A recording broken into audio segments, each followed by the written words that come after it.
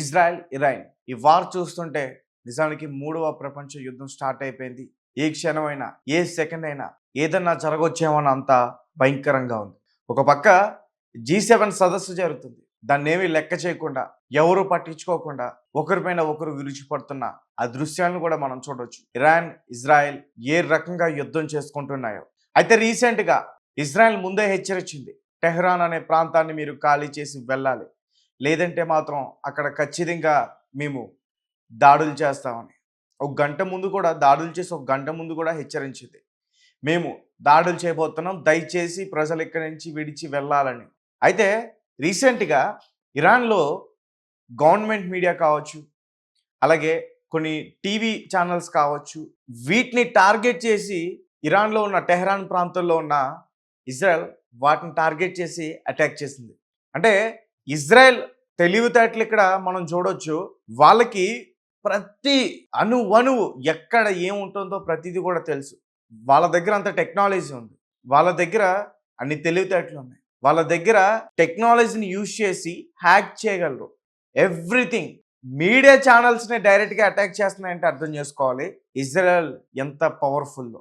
చిన్న దేశం, చాలా చిన్నది. ఈరోజు ఈ వివాదానికి దారితీయడానికి కారణం ఇరాన్ అణ్వాయుధాలని తయారు చేసుకునేందుకు సిద్ధం అవుతుంది. ఒకవేళ అదే కనుక తయారవుతే ఇజ్రాయెల్కి చాలా చాలా ప్రమాదం. అలాగే ఇరాన్కి దాదాపు ముస్లిం కంట్రీస్ అన్ని కూడా సపోర్ట్ చేస్తున్నాయి. ఒకవేళ ఇజ్రాయెల్ పైన అటాక్ చేస్తే ఇజ్రాయెల్ మొత్తం కూడా భూస్థాపనం అయిపోతుంది అనే భయంతో ఈరోజు దాడులు చేస్తుంది. అండ్ ఇజ్రాయెల్దే పై చేయని మనం చెప్పుకోవచ్చు. ఇప్పటివరకు ఇరాన్లో ఉన్న స్థానికులు కావచ్చు, వాళ్ళ ఆర్మీ కావచ్చు, 224 మందిని చంపేసింది. అయితే ఒకసారి మనం పూర్తిగా మరిన్ని విషయాలు కూడా తెలుసుకునే ప్రయత్నం చేద్దాం. ఆ మహిళ వార్తలు చదువుతుంది. ఇప్పుడు నేను ఇక్కడ ఎలా కూర్చుని చదువుతున్నానో సేమ్ అలాగే కూర్చుని ఆ మహిళ వార్తలు చదువుతుంది. ఇజ్రాయెల్ ఇరాన్కి జరుగుతున్న విధ్వంసం గురించి మాట్లాడే ప్రయత్నం చేస్తుంది. ఇజ్రాయెల్ పైన ఆమె విరుచుకుపడుతుంది, వాళ్ళని తిడుతుంది. అదే టైంలో ఒక్కసారిగా ఆ స్టూడియో మొత్తం కూడా కదిలిపోయి ఊగిపోయి ఆ శిథిలాలు కూలి వెనకాల నుంచి చిన్న చిన్న రవ్వలు కానీ ఆ పొట్టు కానీ బయట పడినాయి. వెంటనే అక్కడి నుంచి లేచి వెళ్ళి పారిపోయింది. అదంతా కూడా ఆ లైవ్ కావటం, అది లైవ్ టెలికాస్ట్ కావటం, అదంతా కూడా ఇప్పుడు బయటకు వచ్చిన పరిస్థితి అయితే మనకి కనిపిస్తుంది. ఒకసారి చూద్దాం. ఒక పక్క ట్రంప్ కూడా టెహరాన్ని ఖాళీ చేసి వెళ్ళాలని చెప్తున్నారు.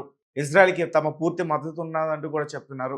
G7 సదస్సు నుంచి హుటాహుటిన బయలుదేరి యుఎస్కి వచ్చారంటూ కూడా చెప్తున్నారు. ఒకసారి పూర్తి విషయాలన్నీ కూడా నేను పూర్తిగా వివరంగా చెప్పే ప్రయత్నం చేస్తాను. ఓ లేడీ యాంకర్ ఇరాన్ ఇజ్రాయెల్ యుద్ధానికి సంబంధించిన వార్తలు చదువుతుంది.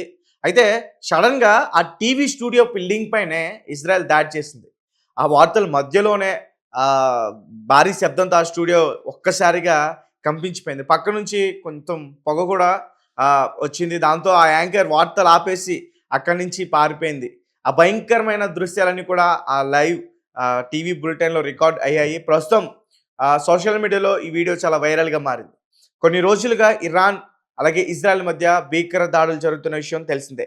నేపథ్యంలో సోమవారం ఇరాన్లోని ప్రభుత్వ టీవీ స్టూడియోను ఇజ్రాయెల్ లక్ష్యంగా చేసుకుని దాడులకి తెగబడింది.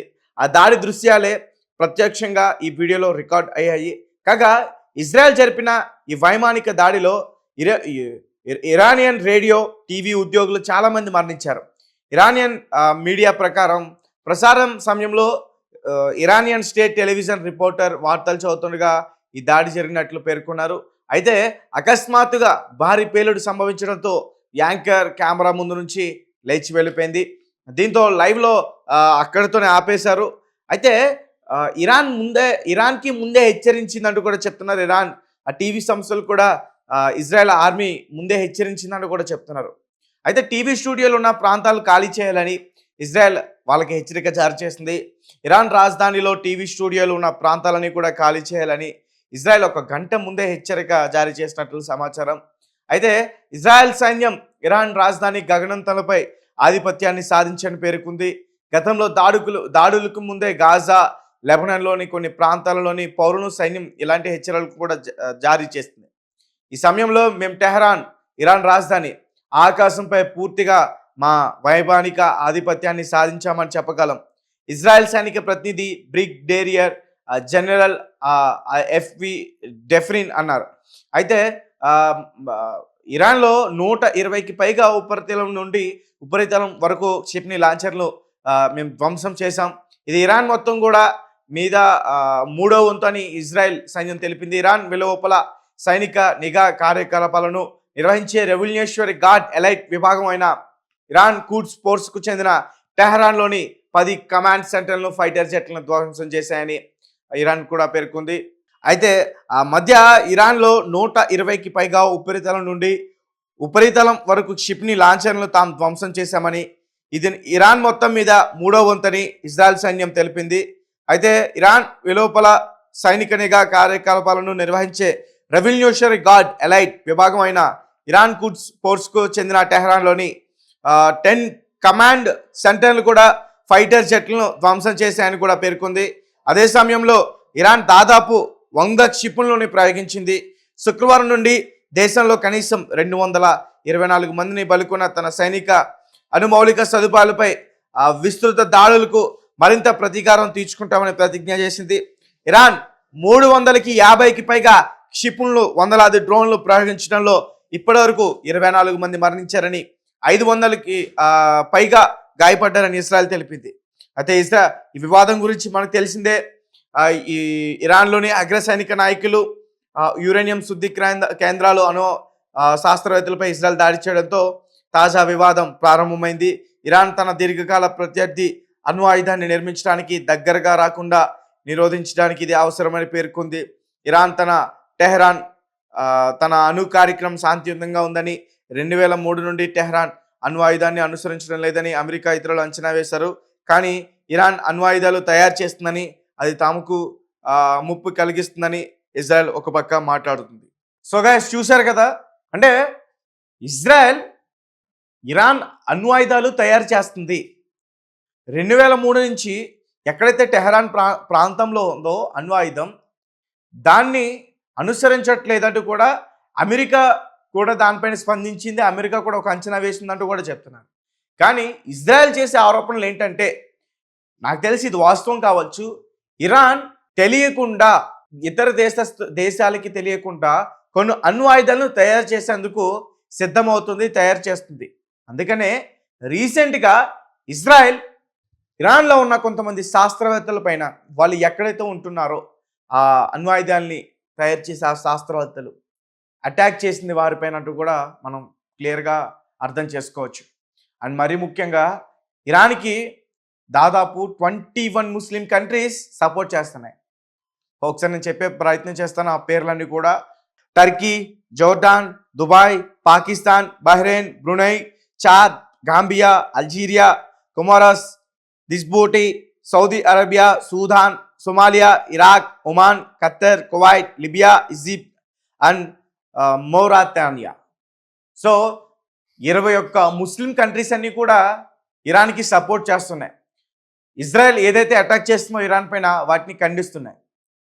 ఒకవేళ 21 ముస్లిం కంట్రీస్ అన్ని కూడా కలిస్తే ఈ ఇరాన్ పైన అటాక్ చేస్తున్న దాడుల్ని గురించి ప్రతి దాడులు చేస్తే వరల్డ్ వార్ 3 స్టార్ట్ అయినట్టే. ఇక ఈ భూమి పైన, ఈ ప్రపంచంలో నాకు తెలిసి చెట్లు కూడా బ్రతకో, మనుషులు అసలు బ్రతకలు, ఏ జీవరాశి కూడా బ్రతికే ఛాన్సే లేదు. ఎందుకంటే ఒక్కొక్క దేశం దగ్గర అంత భయంకరమైన ఆయుధాలు ఉన్నాయి.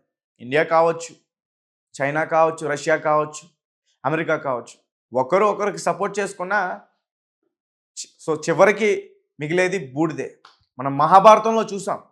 మహాభారతంలో కౌరవులు చనిపోయారు, పాండవులు చనిపోయారు. చివరికి బతికి బట్టగట్టిన వాళ్ళు ఏమయ్యారు, వాళ్ళ పరిస్థితి ఏంటి? సో గైస్, ఈ ముస్లిం కంట్రీస్ కనుక ఇరాన్ పైన అటాక్ చేసినందుకు ఇజ్రాయెల్ పైన కనుక అటాక్ చేయడానికి సిద్ధపడితే, ఇజ్రాయెల్ వైపు అమెరికా ఉంది, అలాగే ఇజ్రాయెల్ వైపు భారత్ కూడా ఉంది. వాటిని ఖచ్చితంగా ఎదుర్కొనేందుకు సిద్ధంగా ఉంటావు కూడా ఆల్రెడీ ప్రకటించారు.